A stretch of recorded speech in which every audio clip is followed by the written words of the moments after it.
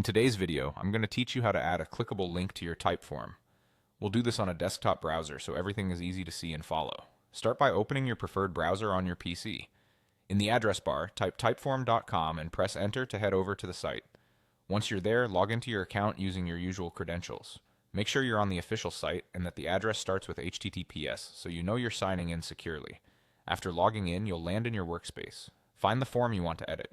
You might see it listed right away, or you can use the search bar at the top to quickly locate it. Click the form to open it in the editor. Inside the editor, look for the option that says Plus Add Content. It's typically visible in the panel where you manage your questions and blocks. Click that to add something new to your form. From the options that appear, choose Statement. This is a great choice because it's designed for adding text that doesn't require a response, such as instructions, disclaimers, or links. If you prefer, you can also select another question type that supports text, but Statement keeps things clean and focused when all you need is a message with a link. Now you'll see a text field ready for your content. Type the message you want your respondents to see, and then paste your link. For example, you could write, "Click here to visit our website, http://example.com. Make sure your link includes the full address with HTTPS at the beginning. That helps Typeform recognize it correctly.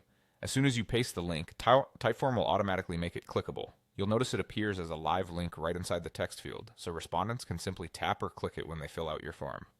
If your text needs a quick polish, keep it short and clear and place the link on its own line for maximum visibility.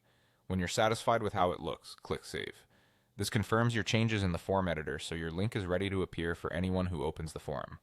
If you ever need to update the link or change the message, just return to this block, edit the text, and save again. That's all there is to it. You've added a clean, clickable link to your Typeform using the statement block, and your respondents can now follow it directly from your form.